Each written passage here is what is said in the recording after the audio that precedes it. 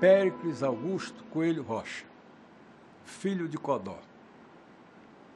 Aos 2 anos de idade, a família mudou-se para Benedito Leite, onde ele captou toda a essência do trabalho que ele faz, que ele fez como artista plástico e continua fazendo, né? Tanto que, brincando, pergunta-se, onde é que você nasceu, afinal, Péricles? E ele responde, aos 2 anos de idade, em Benedito Leite. E com 8 anos já fazia esculturas em barro, na beira do rio Parnaíba. Então foi lá que eu descobri que eu era diferente. E depois eu comecei a ler literatura de cordel. Essa linha, ela ficou marcada no meu trabalho como se fosse assim, uma xilogravura no próprio papel que eu desenhava. Daí começava a vir os personagens, junto com os animais lá do Cerrado, que era o tatu, o bola, né? E eles participavam das lendas, da besta fera, da mula sem cabeça, né? Das lendas do Piauí e Maranhão, que nós estávamos no meio norte, não é? Então tem muita influência também das coisas lá do Cerrado.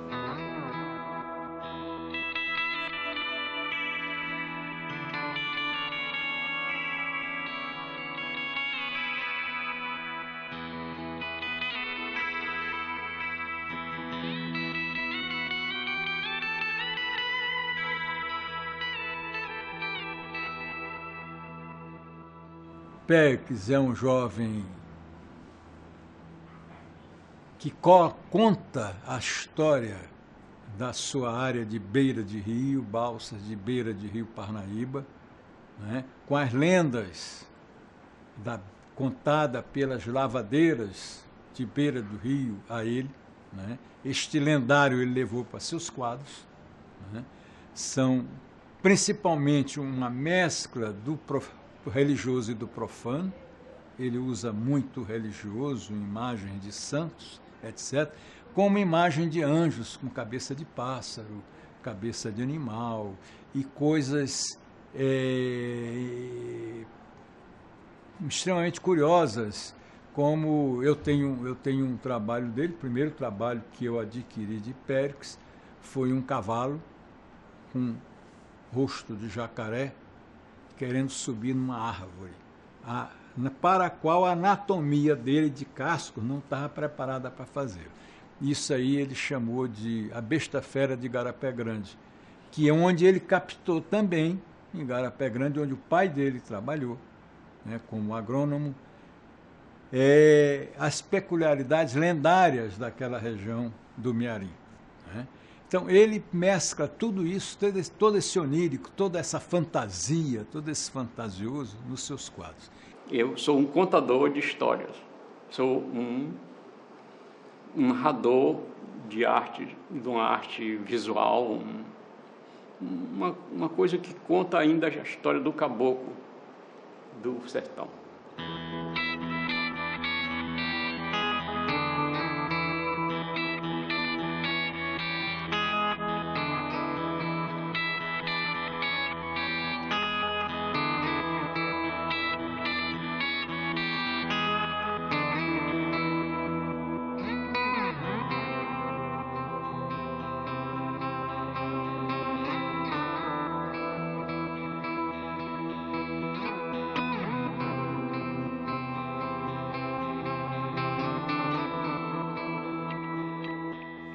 O clássico lhe mostra todos os padrões e as medidas que o Leonardo da Vinci ensinou para todo mundo, não é?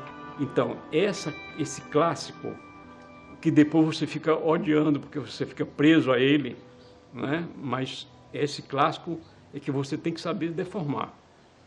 Então, quando você sabe do clássico, para você voltar a ser criança, isso é que é difícil. Se você pintar igual uma criança, aí que você consegue a ser um grande artista. O artista, ele busca essa pureza? Mas depois de tanta informação, ele torna voltar ao princípio, como era o que ele fazia antigamente. Né? Ele volta a fazer, né? Como eu voltei para Alcântara, eu vi que o pessoal trabalhava com a tinta natural. Então, isso aí, não adianta pegar uma tinta Rembrandt e depois, né, que a outra dá outro sentido, outra cor diferente, que eles agora estão olhando isso com outros olhos. Em Verona, eu vi o pó-xadrez nosso trabalhar nas escolas de arte, né, o pó-xadrez, né, que nós trabalhamos com, que é o ferrugem, né? Que é o amarelo, o toá. O toá é o barro de serra, pé de serra. E em São Luís tinha muito, tabatinga, tem tabatinga azul, lilás, verde, um branco maravilhoso, que aqui também nas barreiras de Alcântara também tem. Então isso aí é que nos dá toda a matéria para você pensar no seu trabalho. E você faz uma coisa totalmente diferente, mas tem que ter a alma do artista, o traço dele. Eu lembro uma coisa que é fundamental, que são as cores que ele usa. Porque essas cores são cores nossas, são cores do Maranhão. É a coisa do Murici, é a cor do mangue, não é um verde qualquer, é um verde ligado às nossas raízes.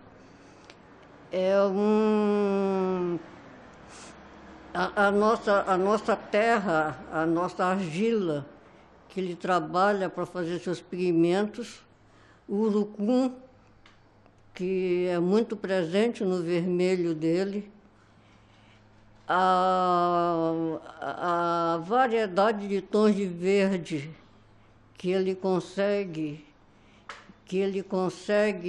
fazer, que isso é outra coisa da extrema sensibilidade dele, que me atinge também.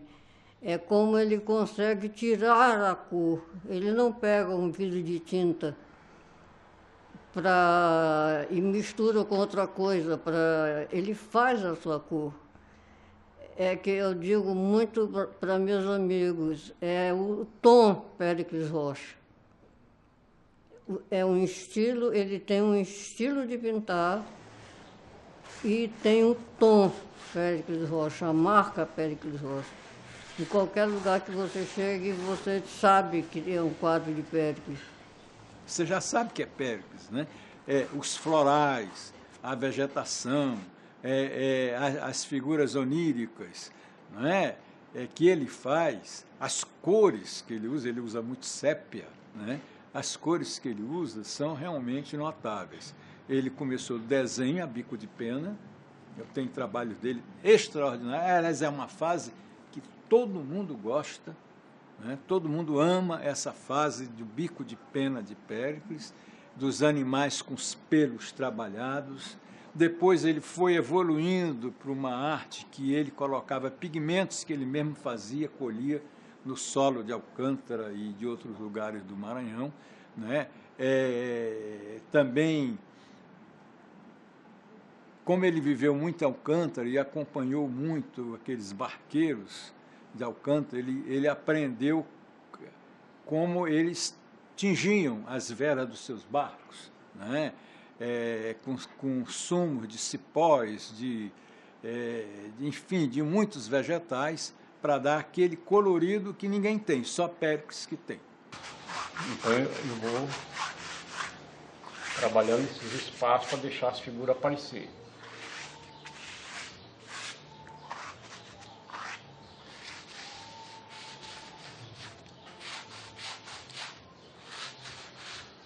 As coisas surgem e te surpreendem? Surpreende. Nunca. Agora a gente tem que estar preparado para contornar e modificar. Agora eu não estou satisfeito com a perna dela para cá, então eu vou trabalhar aqui e aqui já forma uma sereia. Tá vendo? Porque eu não gostei dessa pose para cá, então vem a sereia vai ficar aqui.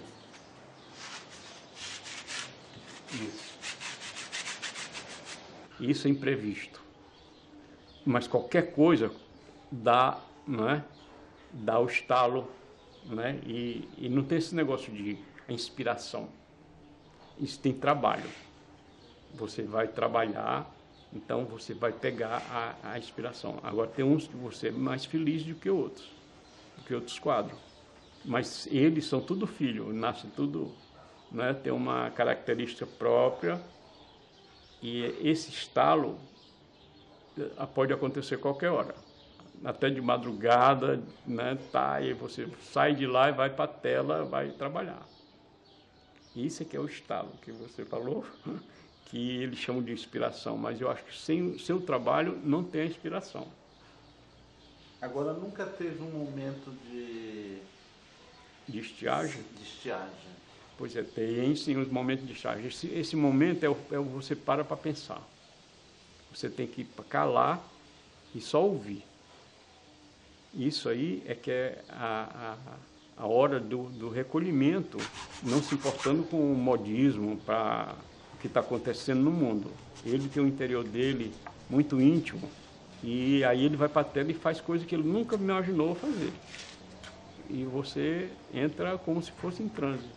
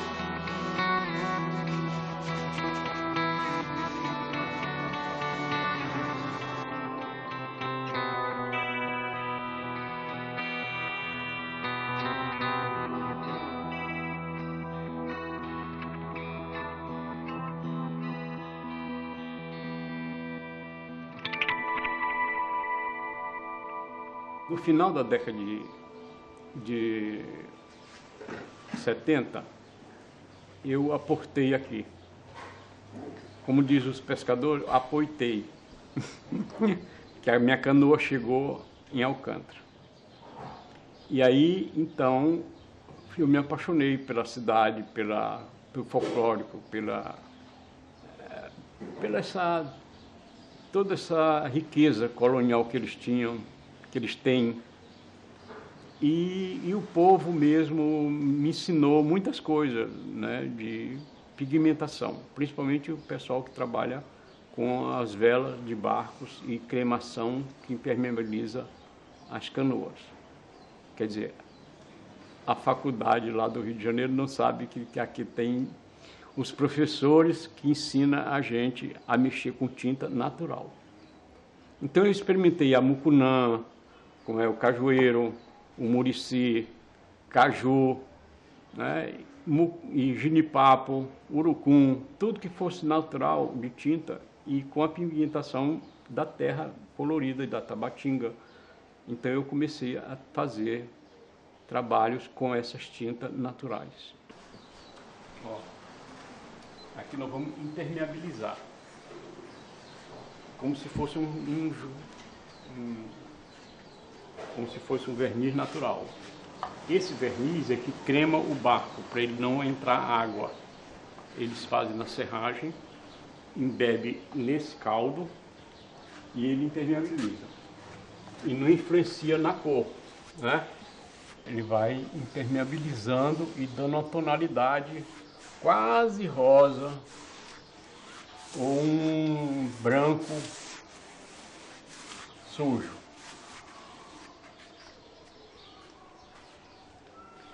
Não é interessante? Olha aqui, ó. Olha lá como fica. Isso é eterno. Nada é para sempre. E as vantagens é que a tracinha não come as pinturas. Ó.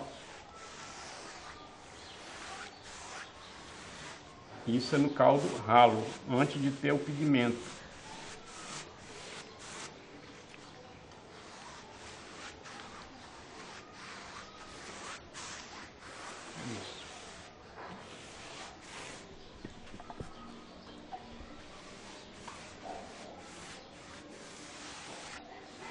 Eu tenho que acompanhar o desenho do quadro. Tá vendo?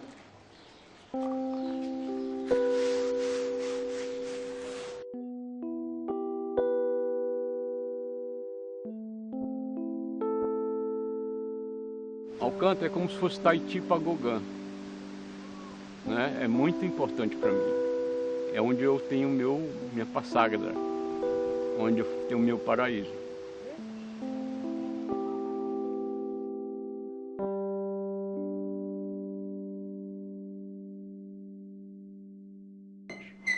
Pode deixar, meu bem, pode deixar. Obrigado.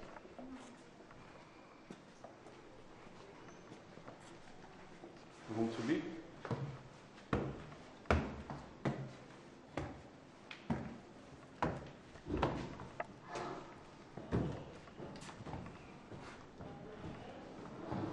A minha arte, ela foi um presente de Deus, né? O dom, né, veio acompanhando desde os 8 anos e passou por várias fases e eu fiquei, né, com a técnica ensinada pela Belas Artes do Rio de Janeiro, pela Florença, né? Em Florença eu estudei pigmentação, mas Alcântara que me dá o motivo, Alcântara e Benedito Leite. Elas são distintas, uma do sertão e a outra daqui, da cidade divina de Alcântara.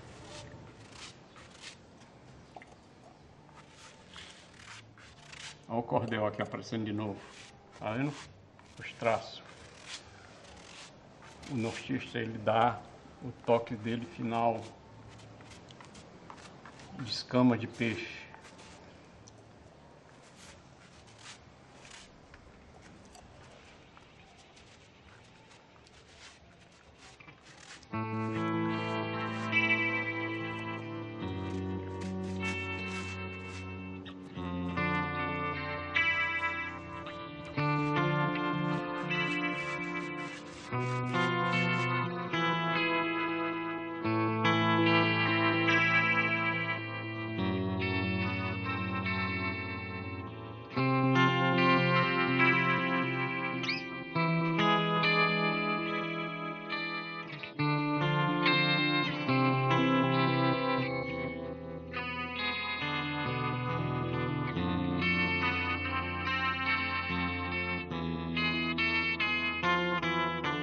Eu sempre tive os pés no chão, mas com a cabeça voando, entendeu?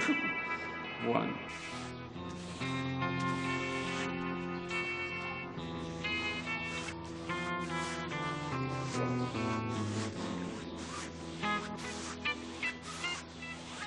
Péricles, ele preenche todos os espaços do quadro, o espaço pictórico é todo preenchido, não fica nada vazio. Ele coloca flores, coloca vegetais, coloca figurativos, hoje ele coloca cores, né?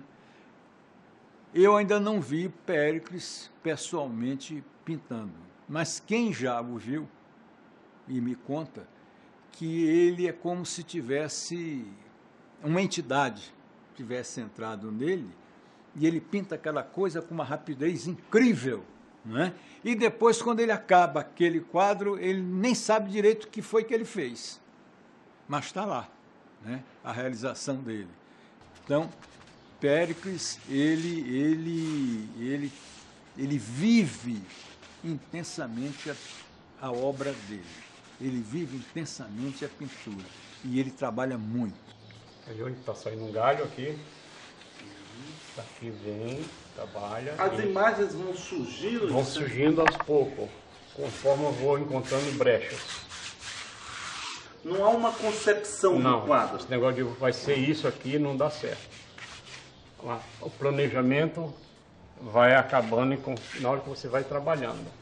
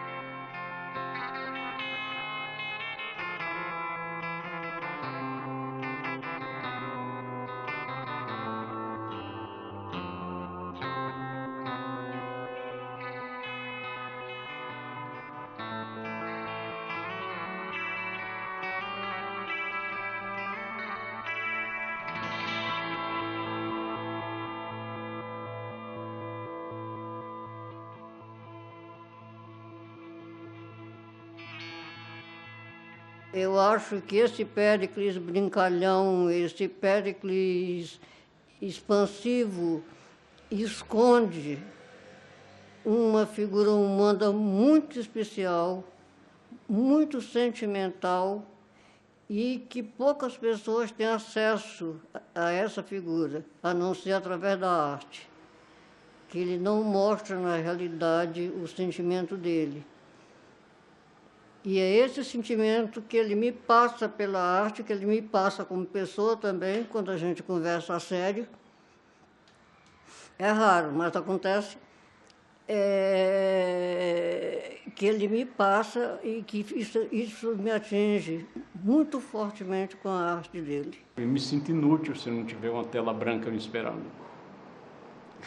Então, eu trabalho muito, não me preocupo, o comércio vem depois, as coisas comerciais vêm mais tarde, mas o bom é estar trabalhando.